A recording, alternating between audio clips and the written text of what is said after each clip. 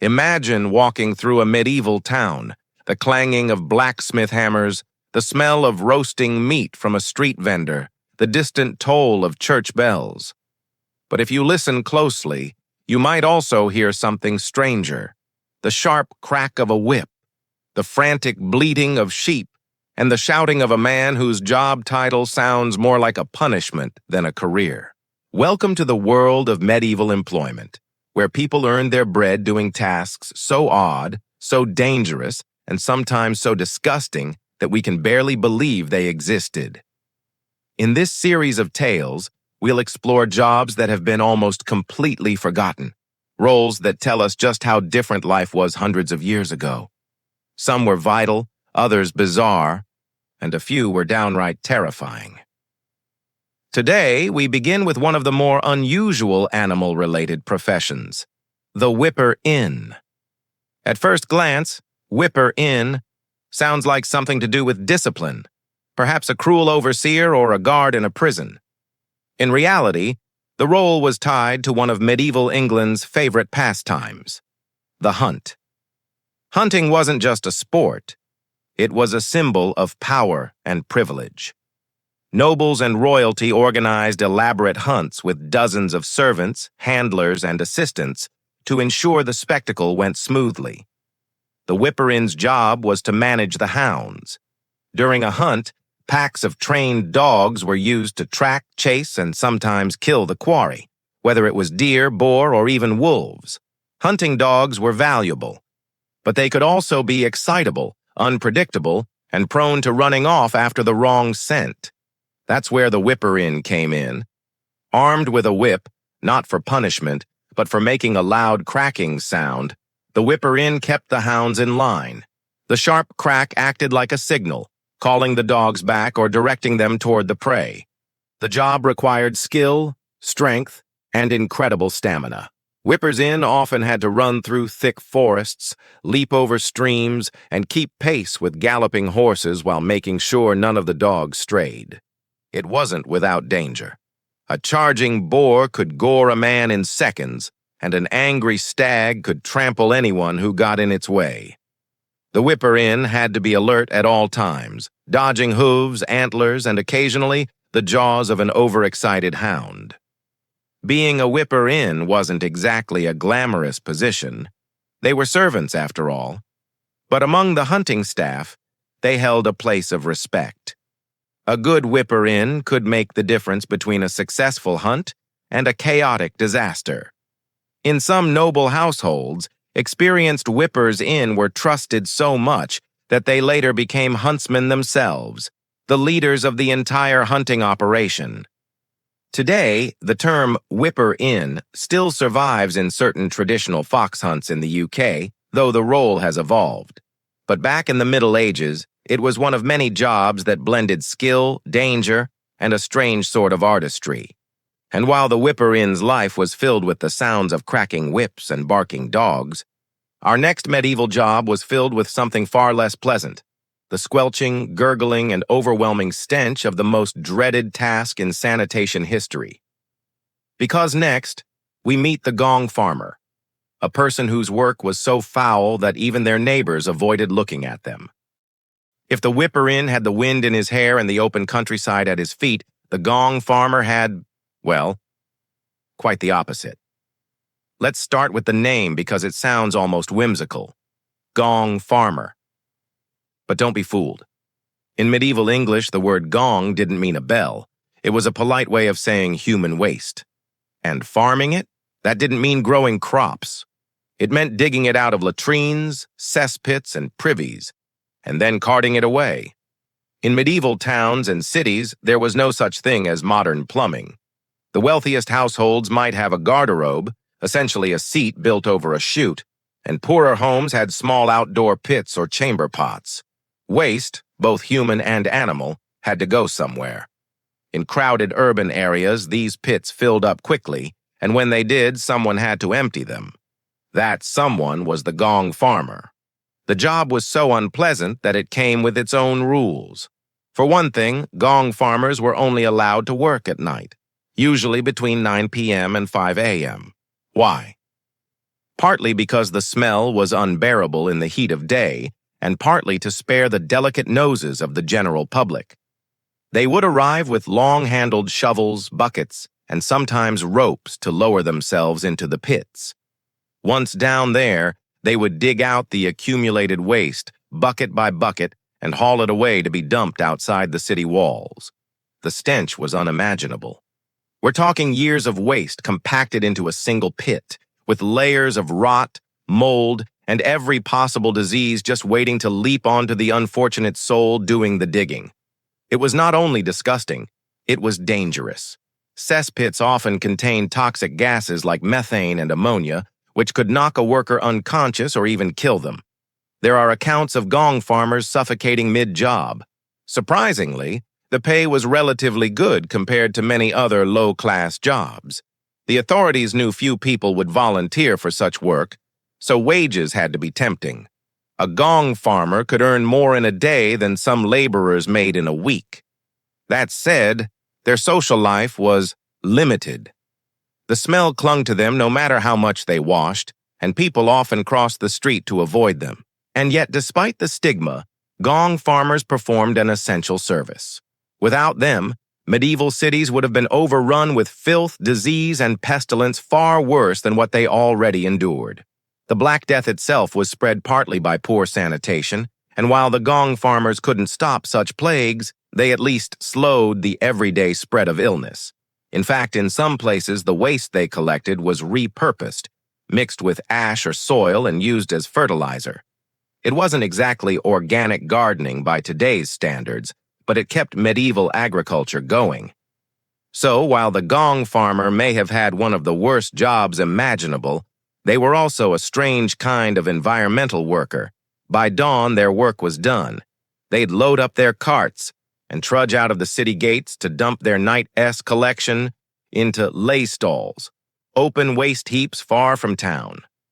And then perhaps they'd go home, sleep, and prepare to do it all over again.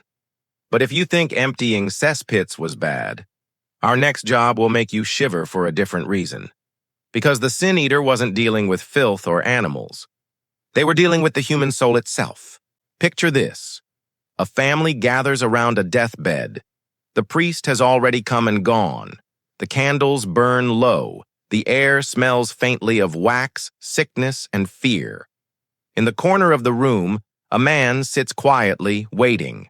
He's not a relative. He's not a healer. He's something stranger, and to many, more frightening. He is the sin eater. The idea behind the sin eater's job came from a blend of folk belief, superstition, and desperate hope. In Christian Europe, the church taught that sins must be confessed and forgiven before death, or the soul would be burdened in the afterlife, perhaps even doomed. But what if the dying person couldn't speak? What if they hadn't confessed enough? What if the family feared their loved one's soul would wander, restless and damned? That's where the sin eater came in. The ritual was simple, and yet deeply unsettling. The sin eater would be brought to the bedside of the deceased or the dying. A piece of bread, sometimes a bowl of ale, would be placed upon the corpse's chest. The belief was that the food would absorb the sins of the dead person, their lies, their greed, their cruelty, every wicked thought and deed. The sin eater would then consume this bread and drink, symbolically taking the sins into themselves. It was, essentially, a transaction. The dead were cleansed. The sin eater became spiritually contaminated. In return, the sin eater would be paid, often with coins, sometimes with food, rarely with kindness. The role carried a heavy social price. People feared them. If you believed sin could be transferred like a stain, then a sin eater was a walking reservoir of humanity's worst moral filth. No one wanted to stand too close to one. Most sin eaters lived on the very edge of society. They were poor, often outcasts or drifters, willing to do what no one else would. Ironically, their work was both a comfort and a curse. For grieving families, it was one last chance to secure peace for their loved one. For the sin eater, it meant another load of invisible, eternal weight to carry. Historically, sin eating is recorded more in rural areas, especially in parts of Wales, England, and Scotland. The church officially disapproved of it, calling it a pagan survival, but it lingered well into the 18th century. In some accounts, the sin-eater would not even touch the body. They'd sit outside the home, the bread and ale placed on a plate over the corpse inside. After the ritual, they would walk away silently, without a word to the family. One can only imagine the toll this job took on a person's mind. Whether or not they believed in the actual transfer of sin, they knew that everyone around them saw them as tainted. They were hired hands for the afterlife, scavengers of salvation. And yet, there's something strangely noble about it. The sin-eater absorbed spiritual risk so that someone else, say, someone already gone, might rest in peace. It was, in a way, the ultimate act of taking a burden for another. Once their work was done, the sin-eater would disappear into the night, their presence leaving the house as quietly as it had entered. The candles would burn lower, the grieving family would murmur prayers, and the dead, they hoped, would be free. But while the sin-eater's trade was invisible and spiritual, our next bizarre medieval job is loud, smelly, and downright terrifying. Because next, we re-meeting the rat catcher, a person whose livelihood depended on chasing some of the most dangerous disease spreaders in history. Imagine walking through a medieval street in the middle of summer. The air is thick with the smell of rotting food, human waste, and damp wood. Somewhere nearby, a cat yowls, a dog barks, and beneath all of it, there's the sound of tiny claws scratching in the dark. Rats. They were everywhere in medieval towns, in grain stores, under floorboards, inside barns, even in beds. And in a world without modern sanitation, they weren't just pests. They were walking, squeaking, disease-delivering nightmares. Enter the rat catcher, part exterminator, part daredevil, part plague fighter. The rat catcher's job was as dangerous as it was disgusting.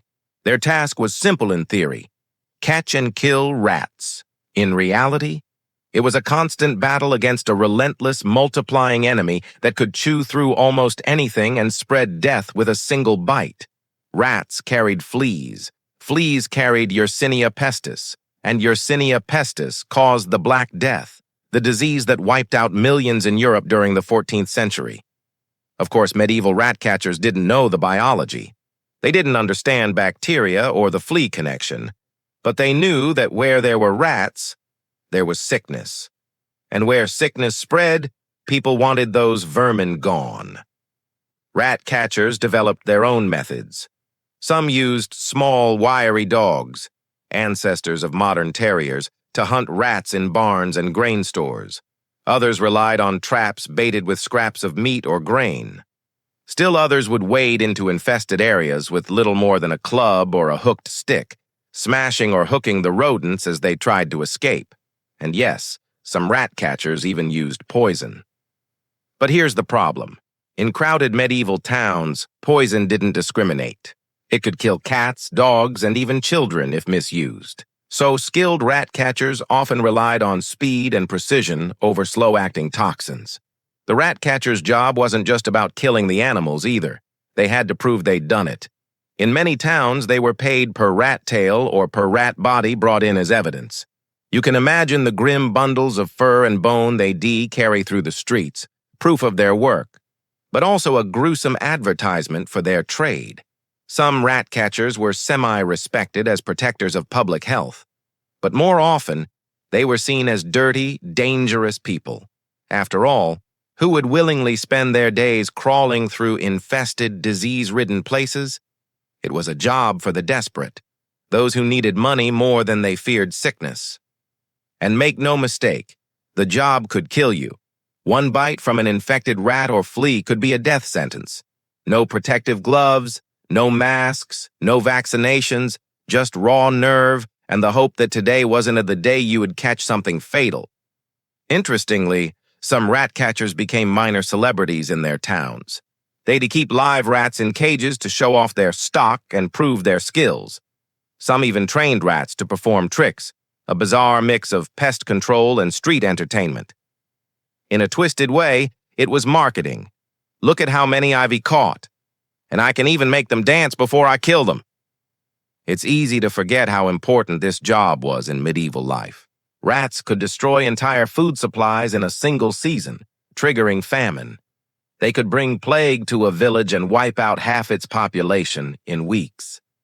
Without the rat catcher, the odds of survival in a rat-infested town were even worse. Of course, no matter how many rats a catcher killed, more would come. It was an endless battle, one that made the rat catcher's life a mix of victory, exhaustion, and constant danger. And while chasing rats sounds bad, the next job might be even stranger.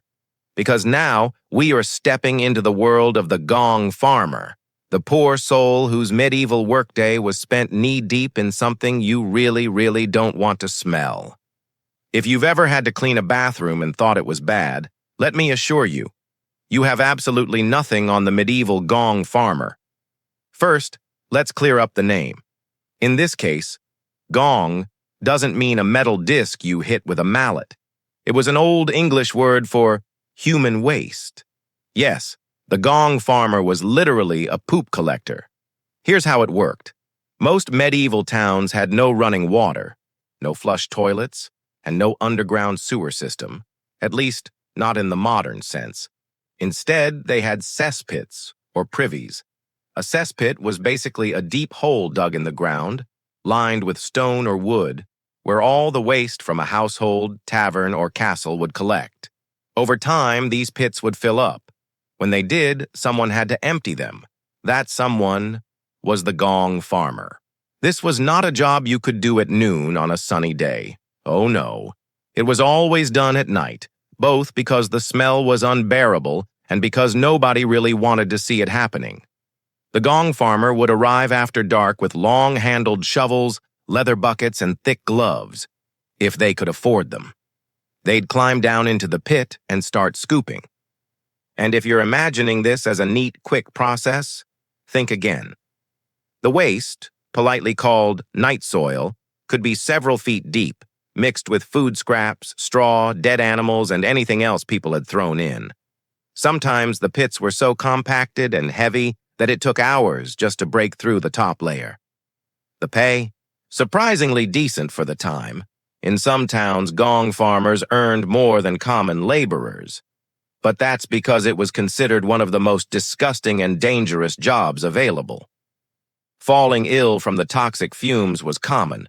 People could literally faint or suffocate in a deep pit without enough ventilation. Gong farmers also had a strict set of rules. They weren't allowed to work during the day, and they had to dump the waste outside the town walls in designated areas called lay stalls. There, it would slowly decompose or be used as fertilizer for crops. Yes, medieval farming was sometimes powered by pure human waste. The smell of a gong farmer was legendary. No matter how much they washed, the stench would cling to their clothes, hair, and skin. It was a smell that told everyone exactly what you did for a living, whether you wanted them to know or not. Because of this, gong farmers were often avoided in public. They were essential to the town's sanitation, but they were social outcasts. Children might laugh at them in the streets, and adults might cross the road to avoid walking too close. It was a lonely, dirty way to make a living. Still, the work had its quirks. Occasionally, gong farmers found valuables in the cesspits, coins, jewelry, even small weapons accidentally dropped down the hole. If an item couldn't be claimed by the owner, the gong farmer might keep it as a bonus. So in a strange way, they were also treasure hunters, just in the worst possible place. In some towns, gong farming was a family trade, passed from father to son. Others hired out the work to traveling nightmen who went from village to village. Either way, it was an essential service, because without gong farmers, the waste would overflow into the streets, turning an already dirty medieval city into a breeding ground for every disease imaginable. And while emptying cesspits at night sounds like the bottom of the medieval job market, our next bizarre profession proves there's always something stranger. Because now we move to the world of the sin eater, a job that dealt not with the filth of the body, but with the filth of the soul. Picture this. A family gathers in a dim, candlelit room. A loved one has just died. The air is heavy with grief and fear, not just fear of loss, but fear for the soul of the deceased. In medieval Europe, religion was central to daily life. The church taught that sins committed in life would weigh heavily on the soul after death, possibly condemning it to purgatory, or worse. Confession and absolution from a priest were the official ways to cleanse the soul. But what if the person died suddenly without a priest present? What if there were sins still clinging to them like an invisible shadow? That's where the sin eater came in. The sin eater's role was grimly symbolic and deeply unsettling. For a small payment, usually in bread, ale, and a few coins, they would literally eat the sins of the dead. The ritual was simple, yet eerie. A piece of bread would be placed on the chest of the corpse. Sometimes a mug of ale or wine sat beside it. The sin eater would stand over the body, recite a short prayer, and then eat the bread and drink the ale. This act was believed to transfer the sins of the dead into the body of the sin eater. The soul of the deceased would then be freed, unburdened, able to pass into the afterlife without the weight of wrongdoing. But the sin eater, well, they carried those sins now. Whether people truly believed the magic worked or simply saw it as a comforting tradition did not matter. What mattered was that the family felt reassured, that their loved one's soul was safe. Of course, this job came with a heavy price beyond the symbolic burden. The sin eater was viewed with deep suspicion. If you were someone who ate the sins of dozens of people, what did that make you? Some feared that the sin eater's soul would be blackened beyond redemption. Others thought they absorbed some kind of spiritual contamination, making them cursed or dangerous to be around. As a result, sin eaters were social outcasts. They were often poor, living alone on the edge of town. People might hire them in secret, desperate for their service, but in public, they'd avoid speaking to them. They were, in a strange way, both needed and shunned, a shadow figure who appeared only when death was in the air. The practice of sin eating wasn't universal. It seems to have been most common in parts of Wales, the English countryside, and a few other rural areas in Europe. Church authorities officially condemned it, calling it a pagan superstition. But for many villagers, especially those far from priests, it was a last, desperate act of spiritual insurance. There are chilling accounts from the 17th and 18th centuries, long after the medieval period, of sin eaters describing their work. One man claimed he could feel the sins pass into him as he ate, leaving him with a sense of deep sorrow and heaviness. Whether this was psychological or purely imagined, it added to the eerie mystique of the role. One of the most haunting things about the sin eater's life is the loneliness. You were invited to funerals, but never truly part of the mourning. You were fed by the dead, paid in the currency of grief, and sent back into the night carrying the invisible weight of someone else's mistakes. No friends, no community, only the bread, the ale, and the sins. In some folk tales, sin eaters became so saturated with sins that they turned into twisted, monstrous figures after death, doomed to wander the earth forever, never finding peace. This was, of course, more superstition than fact. But it says a lot about how people felt about them. By the late medieval period, the Church's influence and the spread of priests to even remote areas slowly made the sin eater obsolete. But the memory of their strange and unsettling duty has lingered in folklore. They remind us that medieval jobs weren't just about surviving physically. Some people took on work that dealt with the deepest fears of the human soul. And while sin eating might seem like the strangest job we've covered so far, wait until you meet our next profession, a role that combined performance, danger, and a willingness to humiliate yourself in front of kings. The medieval court fool. When you think of the medieval court fool, or jester, you probably picture a silly man in a bright, colorful outfit, wearing a hat with little bells, making kings laugh with harmless jokes. But the reality? It was way stranger. way riskier, and sometimes deadly serious. The court fool wasn't just an entertainer.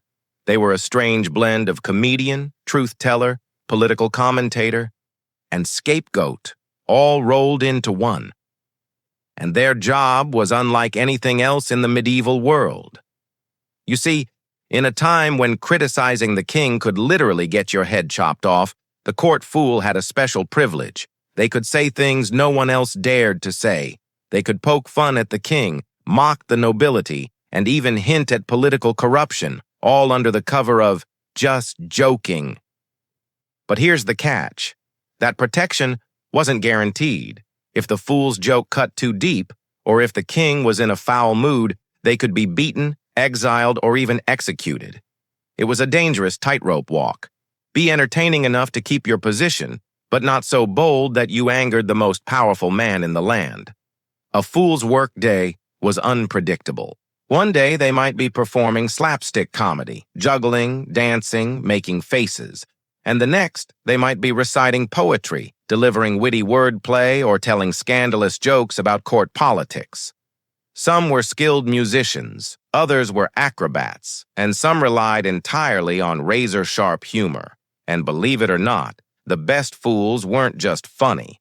They were incredibly clever. A good fool could read the mood of a room instantly. They knew exactly when to lighten the tension with a joke, and when to slip in a clever observation disguised as humor. In a way, they were early masters of psychological manipulation. There's a famous story about Archibald Armstrong, the court fool to King James VI of Scotland, and later James III of England. One day, the king made a terrible political blunder, and no one dared to tell him. Archibald waltzed in and joked, "You have made a fool of yourself today, sire. But don't worry, I'll share the title." Everyone laughed, but the king got the message. The outfit of a fool wasn't always the brightly colored suit we imagine. Some wore motley clothing, mismatched fabrics sewn together, while others dressed in rags to mock poverty or in costumes that represented animals. The hat with bells, called a cap and bells, wasn't just for show. It announced their presence like a walking comedy act. But perhaps the strangest part of the job was the fool's dual identity. To the court, they were a source of amusement. To the king, they could be a trusted confidant, someone who could speak honestly when others were too afraid. Some fools even acted as unofficial advisors, influencing decisions from behind the mask of comedy. Of course, not all fools had glamorous lives in royal courts. Many were itinerant jesters, traveling from town to town, performing in marketplaces, taverns, and fairs for food and a few coins. These wandering fools were often poor, living on the road, facing bad weather, dangerous travel, and sometimes hostile crowds. And then there were the mock kings, fools who were crowned for special festivals like the Feast of Fools, where for one day, the social order was flipped upside down. The fool would pretend to be king, issuing ridiculous laws and mocking the real nobility. It was a mix of comedy, chaos, and sometimes outright rebellion against the strict rules of medieval life. Being a fool might sound like a fun way to make a living, but in truth, it was risky business. You lived at the mercy of your audience's laughter and the king's temper. One bad joke could end your career or your life. Yet despite the danger, fools held a strange and unique place in medieval society. They could bridge the gap between commoners and kings, speak uncomfortable truths under the guise of humor, and bring laughter to some of the darkest times in history. But if you think that's odd, wait until we get to our final bizarre job, a role that involved dead bodies, superstition, and the kind of work no one else wanted to touch, the plague barrier. If there was one job in the Middle Ages that nobody wanted, it was this one, the plague barrier. A grim, thankless, and incredibly dangerous profession existed only because death was everywhere, and someone had to deal with it. When the Black Death swept across Europe in the mid-14th century, killing an estimated 25 million people, medieval towns simply couldn't keep up with the dead. Church graveyards overflowed, mass graves became common, and the smell of death hung in the air. Enter the plague buriers. These were the men, and sometimes women, tasked with collecting bodies from homes, streets, and alleys, then burying them quickly to prevent the disease from spreading further. At least that's what people hoped. Of course, back then, no one truly understood germs or contagion. In fact, plague buriers were often despised and feared by their neighbors. Some thought they were cursed, or that by touching the dead, they were somehow marked for hell. Others believed plague buriers spread the disease intentionally, either for money or under orders from dark forces. The job was as dangerous as it was miserable. Plague buriers worked in the most infected parts of town, often without proper protection, just scraps of cloth over their mouths or crude leather garments. Later, in the 17th century, they might wear the famous plague doctor beak mask filled with herbs. But in the Middle Ages, such equipment didn't really exist yet. Their work was physically exhausting. Imagine dragging a body, sometimes bloated and decomposing, through narrow, filthy streets, all while gagging on the overpowering stench.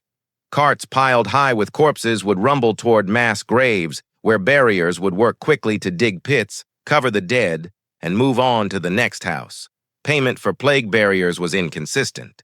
Some were paid by the church, others by desperate families, often in food or goods instead of coins. But sometimes, during the worst outbreaks, they were forced laborers, chosen from the poorest in society or even from prisoners, sent to do the work no one else would dare to touch. It's worth noting that not all plague buriers were purely noble in their intentions. Historical records tell of some who robbed the homes of the dead, stripping valuables before hauling the bodies away. Others were accused of spreading the disease on purpose, touching healthy people after handling corpses, as a twisted form of extortion. Because the job was so reviled, plague buriers often lived apart from the rest of society. They might be housed on the outskirts of towns, or even in shacks near the mass graves they dug. Many died from the plague themselves within weeks or months of starting the work, and yet, without them, the death toll might have been even worse. In a time when fear and superstition ruled, plague buriers were a grim necessity, the last line between the living and the overwhelming tide of death. It's a job that perfectly captures the brutal reality of the Middle Ages, a world where survival sometimes depended on the courage or desperation of those willing to do the unthinkable. So, from sin-eaters to groom of the stool, from leech collectors to plague buriers, medieval society was filled with strange, dangerous, and downright bizarre professions. Jobs that make our modern 9-to-5 workday look like a luxury. And maybe that is the strangest part of all. For every royal court and shining castle in medieval history, there were hundreds of people working in the shadows, doing the jobs nobody talks about. But without them, the Middle Ages as we know it couldn't have functioned at all.